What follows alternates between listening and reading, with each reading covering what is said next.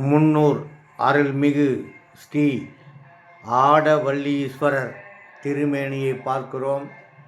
சுயம்பு மூர்த்தியாக தெற்கு நோக்கிய நமக்கு காட்சி கொடுக்கிற அற்புதமான திருத்தலத்தை குடமுழுக்கு செய்ய இருக்கிறார்கள்.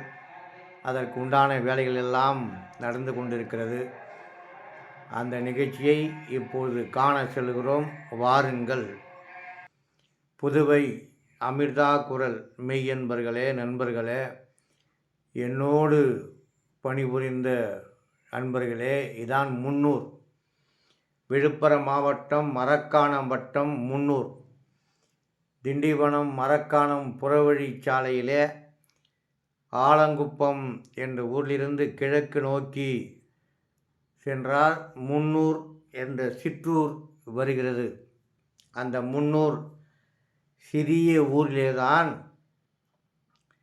அருள்மிகு ஸ்ரீ பிரகன்நாயகி அம்பிகா சமேத ஸ்ரீ ஆடவல்லீஸ்வரர் சுவாமி திருக்கோயில் தெற்கு நோக்கிய சுயம்பு மூர்த்தியாக இருக்கிறார்.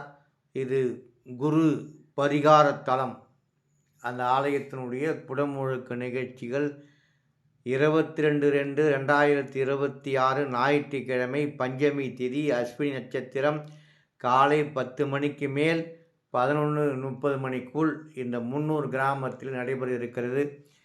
அதற்கு நாம் புதுச்சேரியிலிருந்து வந்தால் மரக்காணம் சென்று, அதன் பிறகு ஆலத்தூர் சென்று, அதன் பிறகு ஆலங்குப்பம் சென்று, அங்கிருந்து முன்னூர் சென்றால் அந்த சிற்றூர் வரும். அதுதான் முன்னூர். அங்குதான் 1400 ஆண்டுகள் பழமையான அந்த சிவன் ஆலயத்தை நாம் சந்திக்கலாம்.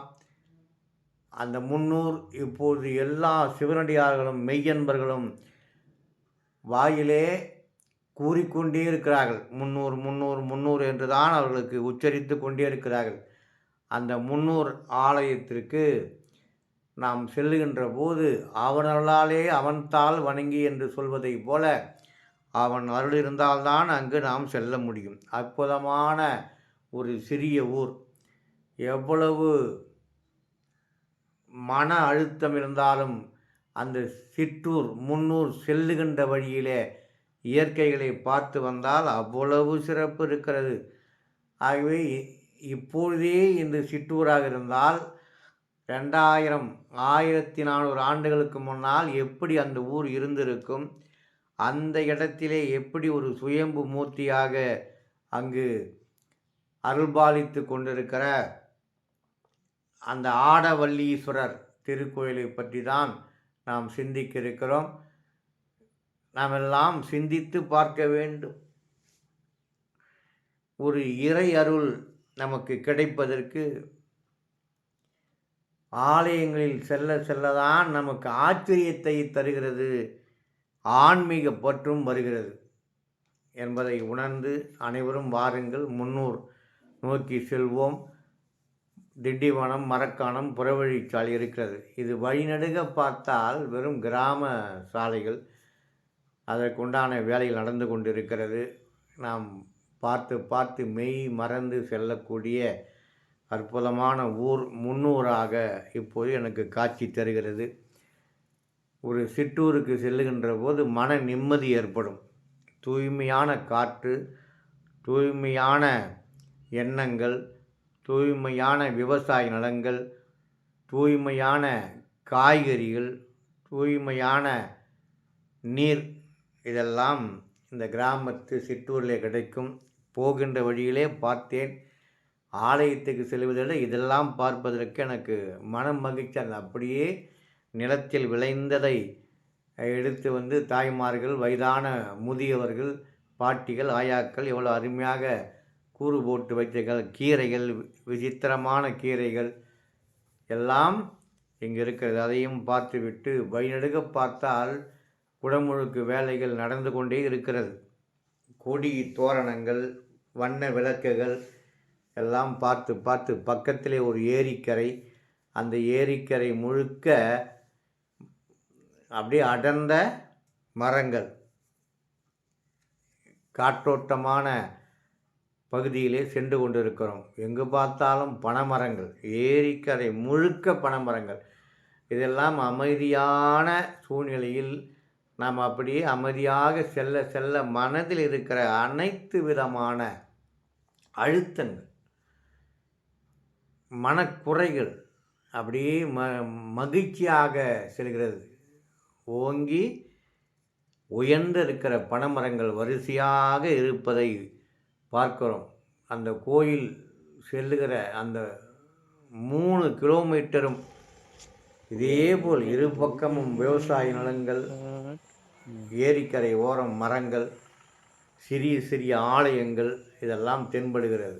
அப்பேற்பட்ட அந்த 300ஐ நோக்கி நாம் சென்று கொண்டே இருக்கிறோம். இந்த பனைமரத்தை பார்த்து எனக்கு பரவசமாகிவிட்டது. கற்பக விருட்சம் பனைமரம். இந்த பனைமரத்திலே அடி முதல் உச்சி வரை எல்லாமே நமக்கு பயன்படுகிற ஒரு பொருளாக இருக்கிறது. பனைமரம் வீடு கட்டுவதற்கு வாரையாக பயன்படுகிறது. பனம் ஓலை வேலி அமைப்பதற்கு, அதே போல் வீடு கட்டுவதற்கு பனை ஓலை. அந்த பனை ஓலையிலே சிறப்பான கூடைகள் எல்லாம் தயாரிக்கிறார்கள். பனை ஓலை பாய் இருக்கிறது. அந்த நாறு பயன்படுகிறது. விறகு எரிப்பதற்கு பயன்படுகிறது. நுங்கு அவ்வளவு சிறப்பு. பழம் அவ்வளவு சிறப்பு. பனம் காய் அவ்வளவு சிறப்பு. இன்னும் 1 கிலோமீட்டர் இருக்குது. இப்படியே 2 கிலோமீட்டர் வந்து விட்டோம். இன்னும் 1 கிலோமீட்டர் இருக்கிறது.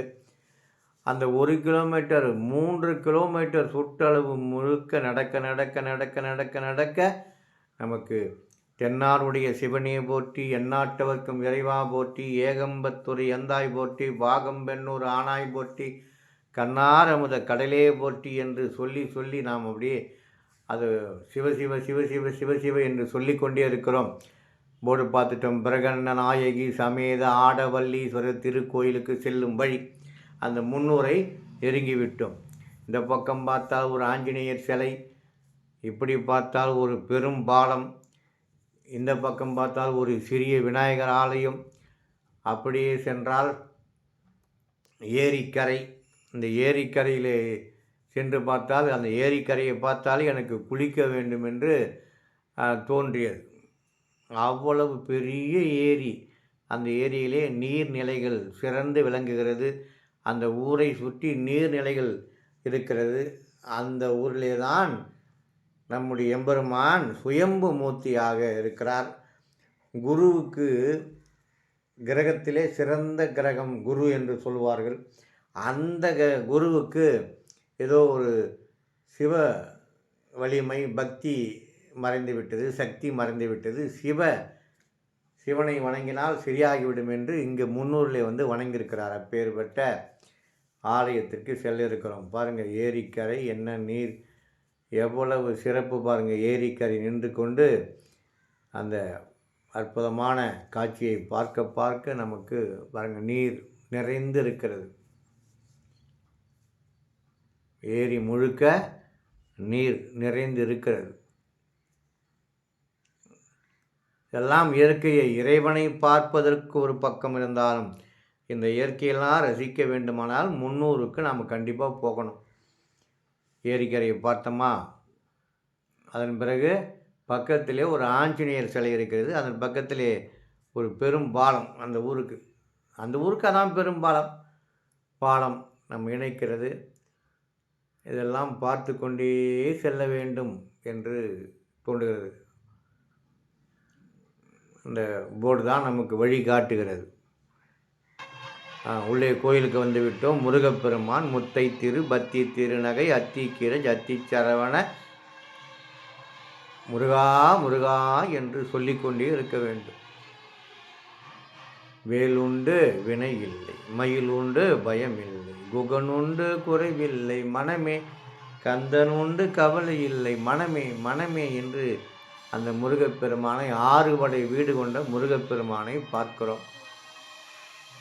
திருப்பரங்குன்றம் முதல் படை வீடு, திருச்செந்தூர் 2வது படை வீடு, பழனி 3வது படை வீடு, சாமிமலை 4வது படை வீடு, திருத்தணி 5வது படை வீடு, 6வது படை வீடு பழமுதிர் சோலை. அந்த அந்த பழமுதிர்ச்சோலை முருகனைப் போலவே பல நூறு ஆண்டுகள் பழமையான முருகனை பார்க்கிறோம். வள்ளி தேவயானையோடு காட்சி தருகிற வேலோடு 6 முகம் 12 கைகளை வைத்துக்கொண்டு அற்புதமாக நமக்கு காட்சி தருகிற அந்த முருகப்பெருமானை பார்த்துவிட்டு ஆலயத்தை சுற்றி சுற்றி பார்த்தேன். எவ்வளவு பழைய ஆலயமாக இந்த ஆலயம் இருக்குது என்பதை புரிந்து கொண்டேன். அங்கே பாருங்கள், இதான் மூலவர் ஆடவல்லீஸ்வரர். நம்முடைய திருநீற்று சோழன் என்று சொல்லக்கூடிய குலோத்துங்க சோழனுக்காக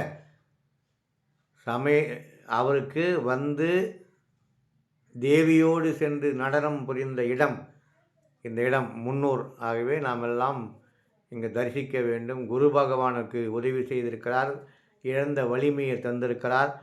குலோத்துங்க சோழனுக்கு திருநீற்று சோழன் குலோத்துங்க சோழனுக்கு திருநடம் ஆடிய ஊர் இந்த ஊர். ஆகவே அந்த இடத்தில் இருக்கிறோம். இங்கு முகப்பு தோற்றம் ஆலயத்தில் நுழைகின்ற போது அற்புதமான வண்ண விளக்குகளால் ஜொலித்து கொண்டிருக்கிறது. இந்த ஆலயத்திற்கு வந்திருந்து குடமுழுக்களை கலந்து கொண்டு இந்த பிரம்ம தீர்த்தம் பக்கத்தில் இருக்கிறது.